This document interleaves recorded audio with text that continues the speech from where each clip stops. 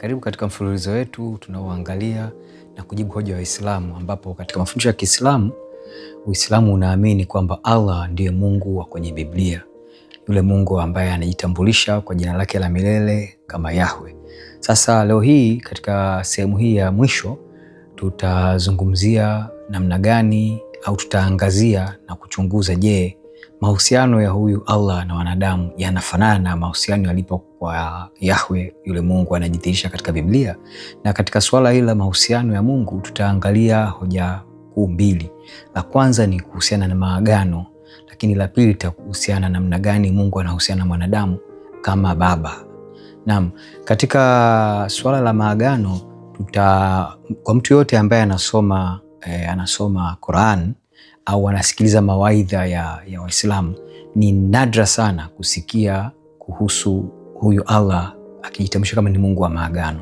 Lakini kwa upande mwingine ukisoma Biblia utagundua kabisa tokea Agano la Kale mpaka Agano Jipya, Mungu anajithibitisha katika maagano yake. Mojawapo ya namna ambayo huyu Yahweh anajenga mahusiano yake na kupitia maagano mbalimbali, kuanzia ile agano ambalo anafanya na Nuhu baada ya gharika, na mwishoni kabisa tunaona Bwana wetu Yesu Kristo akiweka agano jipya kwa kupitia damu yake takatifu ambayo aliimwaga pale msalabani Calvary. Na kwa hiyo tunaona kwamba kabisa namna gani Yahweh anavyojenga mahusiano yake na wanadamu kwa kupitia maagano. Lakini kwa upande wa Allah, hili jambo liko katika udhaifu mkubwa sana. Hebu tusome passage kadhaa ambazo kutoka katika Quran tuweze kuona namna gani haya maagano ya Allah anayafanya. Tutaanza somo letu la kwanza, tutasoma kutoka katika Qurani katika sura ile ya 7 aya 172. Nakumbuka Mola wako alipowaleta katika wanadamu kutoka miongoni mwao kizazi chao, na kawashuhudia juu ya nafsi zao, je, mimi siye Mola wenu? Wakasema, yani hao wanadamu, ndiye tunashuhudia. Msije, sasa Mungu anajibu, msije mkasema siku ya Kiyama kwa sisi tulikuwa tumeghafilika na hayo. Hapa Allah maana yake ni kwamba anawakumbusha wanadamu, ni kama vile anawakumbusha kuhusu maagano yake kwamba je, mimi sio Mola wenu? Na wao wanadamu wanamjibu hivyo.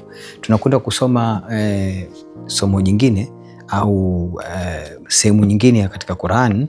Safari hii tutaangazia sura ya 3 katika Quran, Surat Al-Imran aya ya 81 mpaka 82. Nasema hivi: na alipochukua Mwenyezi Mungu ahadi kwa manabii, ni kisha kupeni kitabu na hikma, kisha akakujieni mtume msadikishaji wa yale yaliyo pamoja nanyi, ni juu yenu kumwamini na kumsaidia. Akasema, je, mmekiri na mmekubali kushika agizo langu juu ya hayo? Wakasema, tumekubali. Akasema, basi shuhudieni na mimi ni pamoja nanyi katika mashahidi. Basi watakaokengeuka baada ya haya, hao ndio wavunjao amri. Kimsingi agano Allah yeye anaweka agano katika sharti kutoka kwake, na kwamba mwanadamu yeye mtekelezaji tu athibitishe kwamba yeye ni Mungu na akiri kwamba yeye ni Mungu na hatomwabudu Mungu mwingine yote. Maana yake ni kwamba maagano ya Allah yamekaa kuelekea upande mmoja tu, na kwamba mwanadamu yeye ninazungumzia swala la wajibu tu. Hebu yeye Allah humuoni akisema yeye atatekeleza vipi au anaahidi nini? Hakuna ukinaposoma katika Qur'an. Lakini tukianza katika Biblia, hebu tuone mfano wa maagano ambayo Mungu Yahweh anaweka na wanadamu. Tunaanza kwanza katika kitabu cha Mwanzo sura ya 9 mstari wa 8 mpaka wa 13. Naam, sura ya 9 Mwanzo mstari wa 8 mpaka 13. Mungu akamwambia Nuhu na wanawe pamoja naye akisema, mimi tazama nalithibitisha agano langu ninyi, tena na uzao wenu baada yenu, tena na kila kiumbe hai kilichoko pamoja nanyi, ndege na wanyama wa kufugwa na kila mnyama wa mwitu katika nchi pamoja nanyi, wote wanaotoka katika safina, hata kile kilicho hai katika nchi, ni agano langu nitalithibitisha nanyi. wala kila mwenye mwili hakitafutwa tena kwa maji ya gharika, wala hakutakuwa tena gharika baada ya hayo kuiharibu nchi. Mungu akasema, hii ndio ishara ya agano nifanyalo kati yangu na ninyi na kila kiumbe hai kilichoko pamoja nanyi kwa vizazi vyote hata milele. Mimi naweka upendo wangu winguni, nao utakuwa ni ishara ya agano kati yangu na nchi. Unaona, hapa ni pale ambako Nuhu alivyotoka katika safina na akamtolea Mungu dhabihu, akatoa kafara kama dhabihu ya kumshukuru Mungu na kumwabudu. Na ishara mojawapo kubwa ya agano katika baina ya mwanadamu na Mungu Yahwe, kwanza maagano yake yote yanafanyika kwa damu. Utaona kwamba kunafanyika kwanza dhabihu ambayo mnyama anachinjwa, ndipo baadaye Mungu anaweka agano. Agano lake siku zote analiweka kwa damu, na Mungu anaelezea ahadi yake kwa wanadamu, na vile vile unakuta anaelezea matarajio yake kutoka kwa wanadamu. Kwa mfano kama hapa Mungu anaweka agano kwa Nuhu kwa vizazi vyote kwamba hatoharibu tena dunia kwa kutumia gharika. Hili ni mojawapo wa agano, na ndio agano la kwanza tunalisoma katika Biblia. Twende katika kitabu hicho cha Mwanzo. Safari hii tutasoma kitabu cha Mwanzo aya ya 15 mstari ule wa 18. Siku ile Bwana akafanya agano na Abrahamu, akasema, uzao wako nimewapa nchi hii, kutoka mto wa Misri mpaka huo mto mkubwa, mto Frati. Hili ni agano Bwana Mungu analifanya pamoja na Abrahamu. Na kabla ya kuweka agano hili, Abrahamu alitoa sadaka ya kuweka baadhi ya wanyama, akawachinja. Mungu kwa ishara yake akashusha moto, ni ishara ya kupokea ile sadaka, na ndipo Bwana Mungu anafanya agano. Na agano ambalo analiweka hapa ni ahadi yake ya kuliweka taifa takatifu la Israeli kutoka katika uzao wa Ibrahimu. Na uzao huu ndio ambao Mungu anakuja huko mbele. Ukiendelea kusoma katika kitabu cha Mwanzo, ukuta Mungu ndo anatoa ahadi ya ukombozi na utakatifu na mambo kama hayo kwa kupitia uzao wa Ibrahimu. Mungu anaweka agano. Na twende tukasome katika agano jipya sasa kwenye Yohana sura ya kwanza. Na kwenda Yohana sura ya kwanza Yohana sura ya kwanza mstari ule wa 28 mpaka 29. Nasema hivi: hayo yalifanyika huko Bethania ng'ambo ya Yordani, alipokuwa Yohana akibatiza. Siku ya pili yake amuona Yesu anakuja kwake, akasema, tazama, mwana kondoo wa Mungu aichukuaye dhambi ya ulimwengu. Hapa Yohana anamtambulisha Bwana Yesu kama mwana kondoo wa Mungu aondoaye dhambi ya ulimwengu. Bwana Yesu kabla ya kutoa mwili anatambulika kama ni neno wa Mungu. Baadaye anatoa mwili kwa uwezo wa Roho Mtakatifu na anaishi baina ya Waisraeli wakati ule. Hapa Yohana anamuona Bwana Yesu na anamtambulisha kwamba mwana kondoo wa Mungu aondoaye dhambi ya ulimwengu. Katika historia ya Israeli, baada ya Musa na kuwekwa taifa la Israeli, kulitokea utaratibu kwa maagizo ya Mwenyezi Mungu kwamba kila mwaka taifa la Israeli litafanya dhabihu maalum ya kulitakasa taifa kutokana na dhambi zake. Na dhabihu ile ilikuwa inatolewa mara moja kwa mwaka, ambako kuhani mkuu alikuwa anaingia ndani ya hekalu, sehemu inaitwa patakatifu patakatifu, ambapo anatolewa mwanakondoo mmoja kwa ajili ya kulitakasa dhambi za taifa zima la Israeli. Sasa Yohana hapa anamtambulisha Bwana Yesu kwamba yeye ndio mfano wa yule mwanakondoo ambaye anakuja kubeba dhambi. Lakini safari hii Yohana anatambulisha huyu anabeba dhambi sio tu la taifa la Israeli, lakini atakuja kubeba dhambi za ulimwengu mzima. Twende tukasome Injili ya Luka. Tukasome Injili ya Luka sura ile ya 22.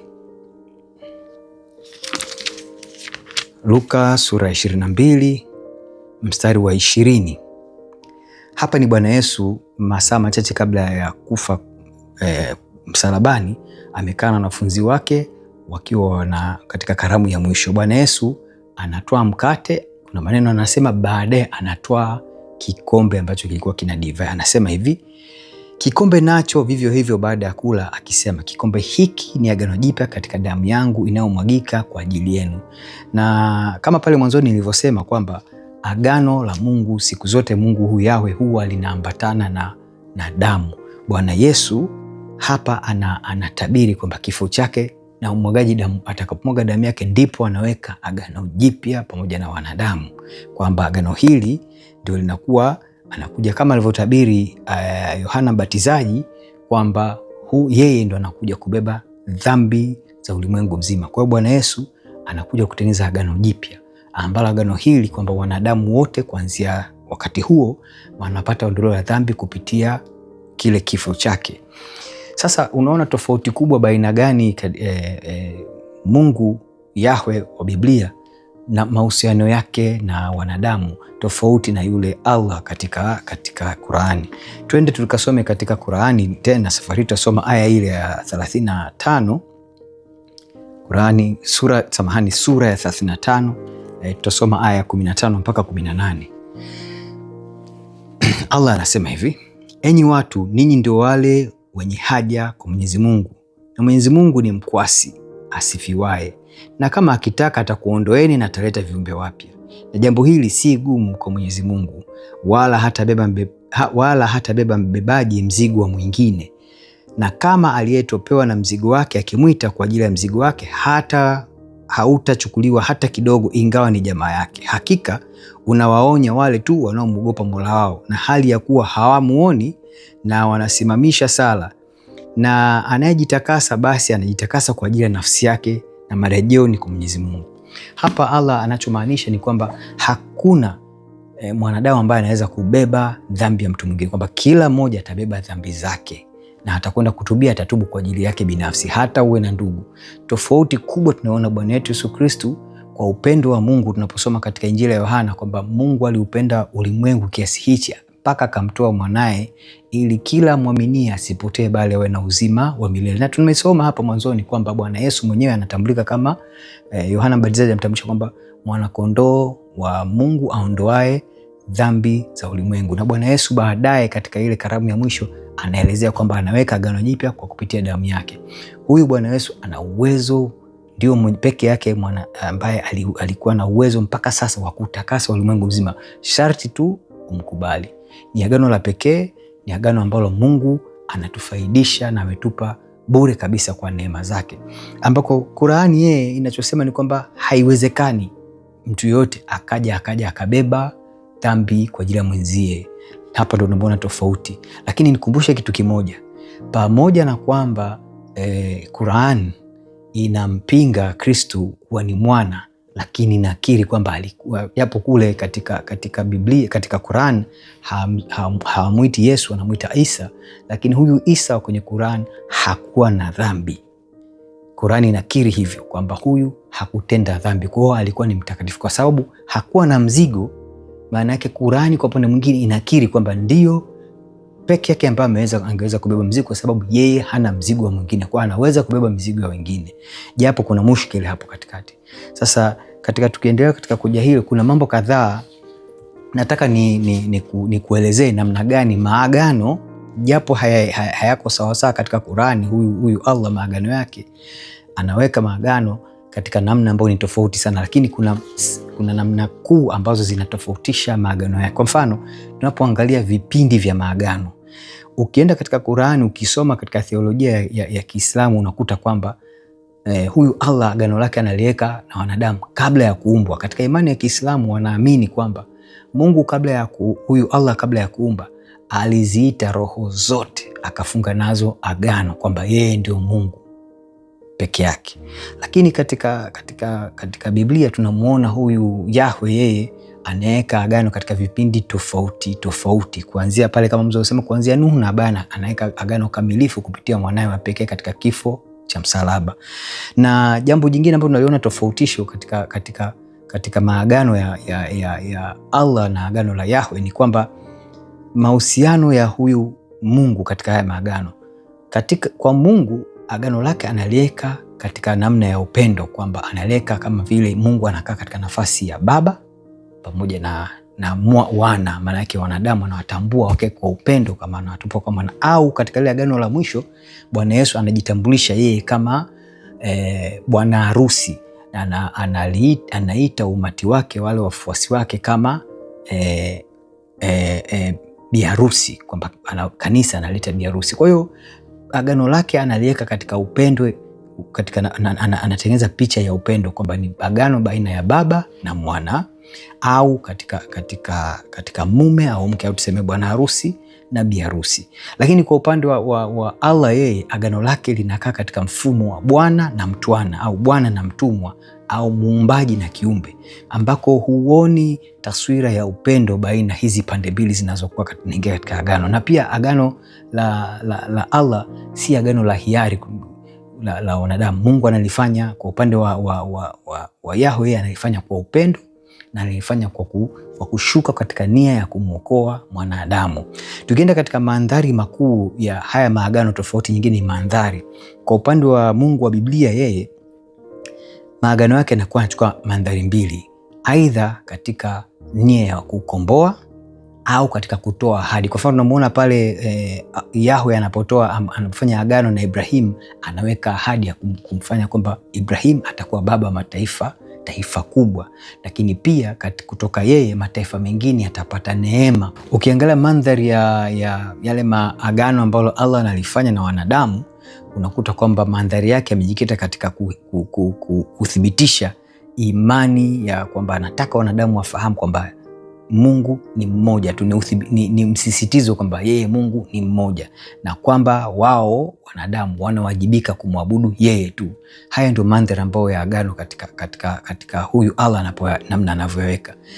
Sasa tunagundua kwamba katika uhusiano baina ya Mungu na wanadamu, siku zote wanadamu ndio wamekuwa wakishindwa kutekeleza upande wao wa agano. Sasa tuangalie namna gani katika hili agano la Yahweh anapoliweka, nini kinafuata.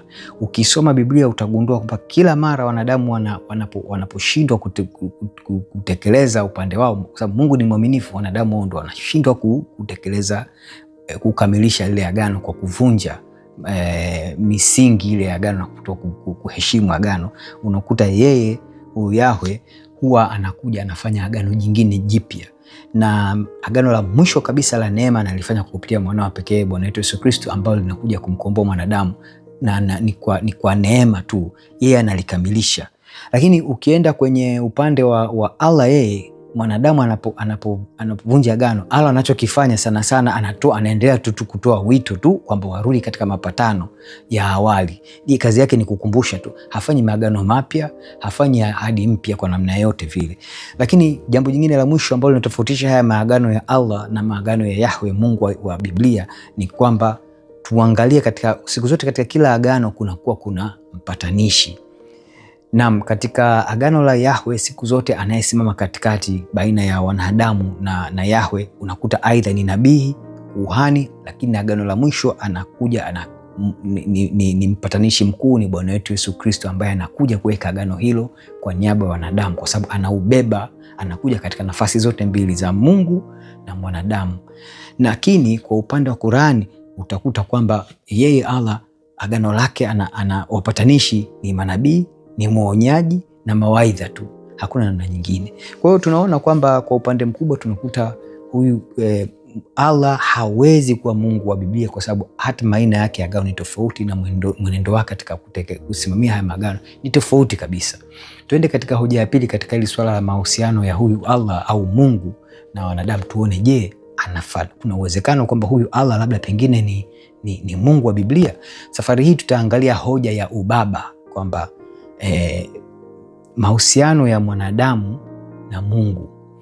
Tutaona wazi kila unaposoma Biblia kuanzia agano la kale mpaka agano jipya, Yahweh anajitambulisha sana kwa msitizo mkubwa kwamba yeye ni baba, unaona. Lakini utaposoma Qur'ani, kama kuna kitu Allah anapinga kabisa na anapinga kwa ukali na hataki kabisa, ni swala yeye kuitwa baba. Swala lake la kuitwa baba halipendi kabisa. Twende tukasome katika Qur'ani. Safari tutasoma aya ya sura ya 19. Tutasoma sura ya 19 aya ile ya 34 mpaka 35. Inasema hivi: huyu ndio Isa bin Maryam, ndiyo kauli ya haki ambayo wanaifanyia shaka. Haiwi kwa Mwenyezi Mungu kufanya mtoto, ametakasika. Anapolitaka jambo basi uliambia tu kuwa, nalo likawa. Unaona, cha kwanza kabisa huyu Allah anapinga kwamba Isa bin Maryam, ambao kwa Waislamu wanasema wao ndio Yesu wa katika Injili, kwamba yeye Mungu huyu si mwanawe. Twende tukasome kipengele kingine kutoka katika Qur'an hiyo hiyo. Safari hii tutakwenda bado katika ile sura ya 19 ambayo maarufu inaitwa Suratul Maryam. Safari hii tutasoma aya ya 88 mpaka 93, lakini hoja kubwa hapa ipo katika ile aya ya 93 ile sura 19, lakini kupata mwelekeo nitakuanzia kutokea kwenye aya ya 88. Inasema hivi: na husema mwingi wa rehema amejifanyia mtoto, bila shaka mumeleta jambo lichukizalo kabisa. Zinakaribia mbingu kutatuka kwa hilo, na ardhi kupasuka, na milima kuanguka vipande vipande, kwa kule kudai kuwa mwingi wa rehema ana mtoto, wala haiwi kwa mwingi wa rehema kuwa ana mtoto.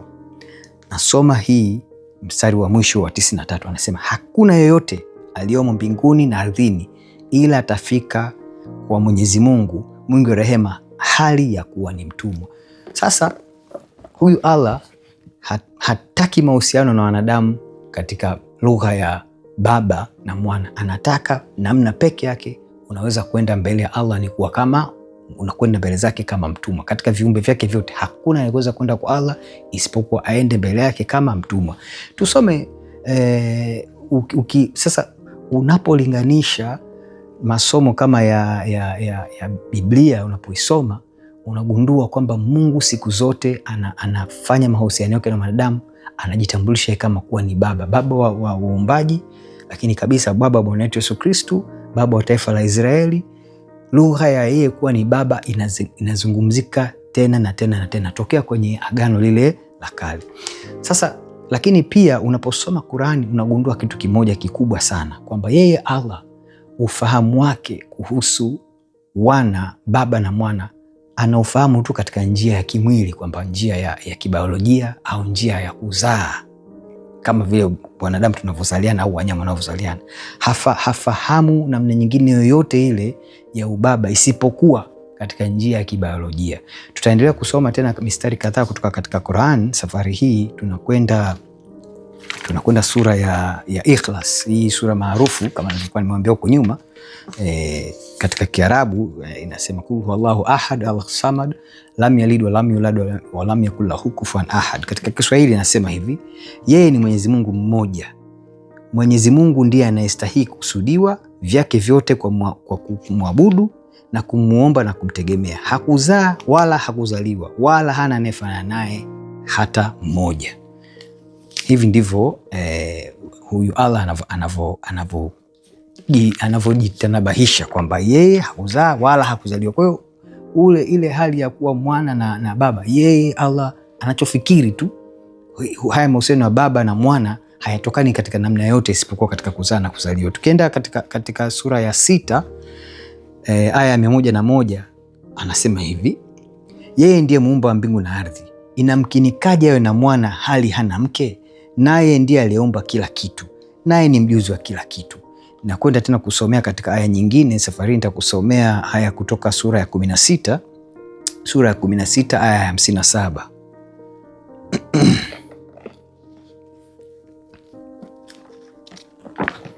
Sura ya 16 aya ya 57, Qur'ani inasema hivi: na wamemwekea Mwenyezi Mungu mabinti, subhanallah, takasika Mwenyezi Mungu na hayo, hali wao wanajitakia wanaowapenda.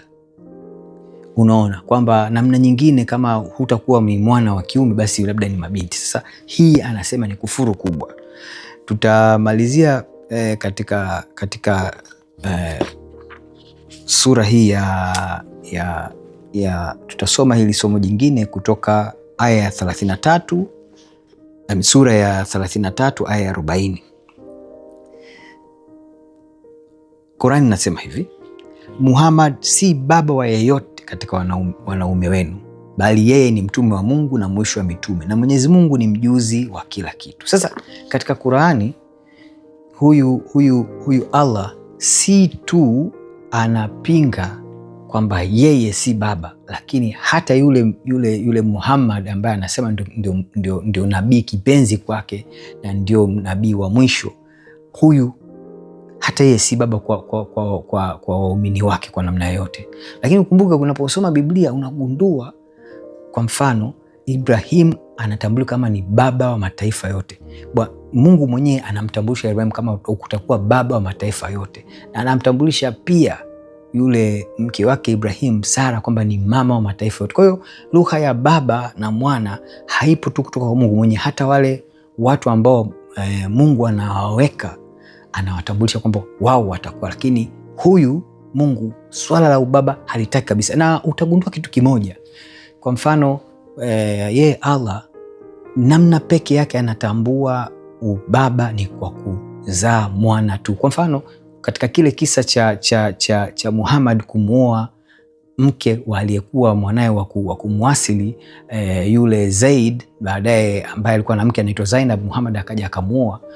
Allah alikuja akashusha aya kuunga mkono lile jambo, na katika mojawapo alikuja alifanya ni kwamba alibatilisha uhalali wa waumini wa Kiislamu kuwasili watoto. Kwa maana hiyo Islam imekataza kabisa kuwasi. Kwa hiyo unagundua kwamba anauchukia ubaba hata katika hali ambayo mwanadamu kuwasili mtoto akamwita baba, Allah alipiga marufuku. Kwa hiyo ni Mungu ambaye swala la ubaba yeye analitambua katika njia moja tu katika kibiolojia, na hataki yeye kutambulika kama baba kwa namna yoyote ile. Yeye anapinga kabisa. Tukasoma Injili ya Yohana, tutarudi tena katika Injili ya Yohana. Safari tutaangazia Yohana aya ya kwanza, sura ya kwanza ya Yohana.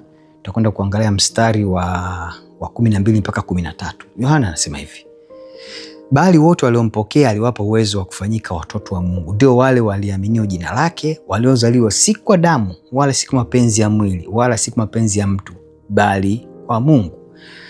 Hapa Yohana anachoeleza ni kwamba tunapofika pahala sisi wanadamu tunapomkiri Bwana wetu Yesu Kristo kuwa ni mwana wa Mungu, mkombozi wa maisha yetu, Mungu aliyeshuka akatoa mwili akakaa kwetu, akafa akafufuka, tukakiri wokovu kwa kupitia huyu mwanawe mpenzi, tunapata haki ya kuwa wana wa Mungu. Na huu uwana maana yake sio wamezaliwa kwa damu wala si kwa mapenzi ya mwili wala si kwa mapenzi ya mtu, bali kwa Mungu. Yohana anafafanua wazi wazi kwa kupitia Injili yake kwamba sisi kuwa wana wa Mungu, hii ndio maana yake. Na huu wana tunaupata namna pekee yake ya kuhesabika kwa mwana wa Mungu katika agano hili la sasa tulioko, ndugu zangu, ni kwa kumkiri Bwana wetu Yesu Kristo kwamba ni Bwana Mungu na Mwokozi wetu. Tuendelee kwamba tutaona kama nilivyosema mwanzoni, hii ni hoja ambayo ni nzito sana na tunaona tofauti gani kubwa iliyoko baina ya Allah na Yahwe. Sasa unaposoma Biblia, lugha ya Mungu kuwa baba na wale kuanzia katika Israeli, hata kabla ya Israeli katika Agano la Kale na kuendelea kote, unaona lugha ya Mungu ikiamsha kama baba ipo ikijirudia kila mara. Na sababu kubwa ni kwamba Mungu anatumia lugha hii kuthibitisha upendo wake, kuthibitisha namna gani anawajali wanadamu, kuthibitisha kwamba wanadamu wafahamu namna gani Mungu anataka kuwa karibu nao, kama vile baba alivyo kwa mwanae jinsi gani ilivyo, na kwamba upendo huu si wa masharti, kwa sababu upendo wa baba kwenda kwa mtoto siku zote ni wa asili.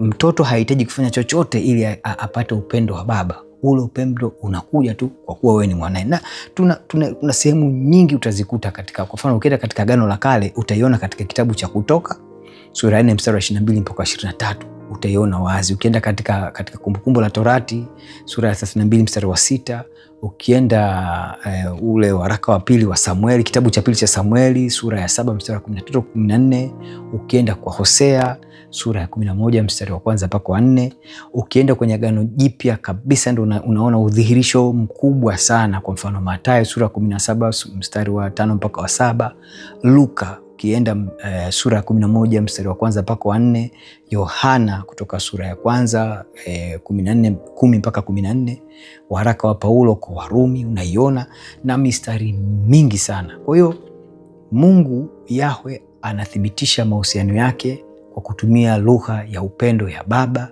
na mwana. kutokea kutoka kwa mwanae mpenzi Yesu Kristo, ambaye alikuwa neno kabla ya kutoa mwili. Anamtambulisha pale anapobatizwa pale mtoni Yordani kwamba huyu ni mwanangu mpendwa niliyependezwa naye, msikilizeni yeye. Na sehemu pili, mara ya pili pale Bwana wetu Yesu Kristo anapowachukua wale wafuasi wake watatu, Petro, Yakobo na Yohana, wanapanda nao mlimani. Bwana Yesu anabadilika sura, anang'aa, anaonekana katika utukufu wake. Sauti ya Baba tena inasikiwa na wale wafuasi watatu wa Bwana Yesu kwamba huyu ni mwanangu mpendwa, mpenzi wangu niliyependezwa naye, msikieni yeye. Kwa hiyo hili ni jambo jema. Yeye Allah analichukulia kuitwa Baba kama ni fedheha, lakini Yahwe, hili ni jambo ambalo linathibitisha upendo wake kwa wanadamu. Nimalizie kwa kusomea kutoka katika Injili ya Yohana sura ya 8 mstari ule wa 34 mpaka wa 36. Sura ya 8, Yohana Mtakatifu sura ya 8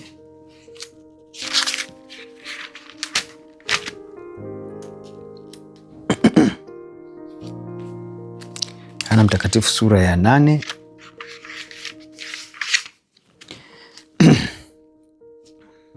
sura ya 8 mstari wa 34 mpaka 36. Hapa ni Bwana Yesu anazungumza. Yesu akawajibu, amin amin nawaambia, kila atendaye dhambi ni mtumwa wa dhambi. Wala mtumwa hakae nyumbani siku zote, mwana hukaa siku zote. Basi mwana akiwaweka huru, mtakuwa huru kweli kweli.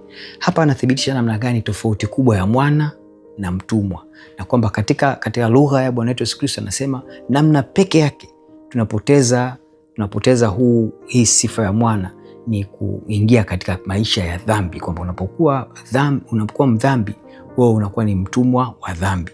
Sasa katika mojawapo ya vipindi vya nyuma katika mfululizo huu nilikusomea hadithi mojawapo kwamba Muhammad aliwaambia wafuasi wake kwamba la msipotenda dhambi, huyu Allah angewafutilia mbali, akaweke badala yake watu wengine ili watende dhambi, halafu kisha waombe msamaha, afu Allah awasamehe.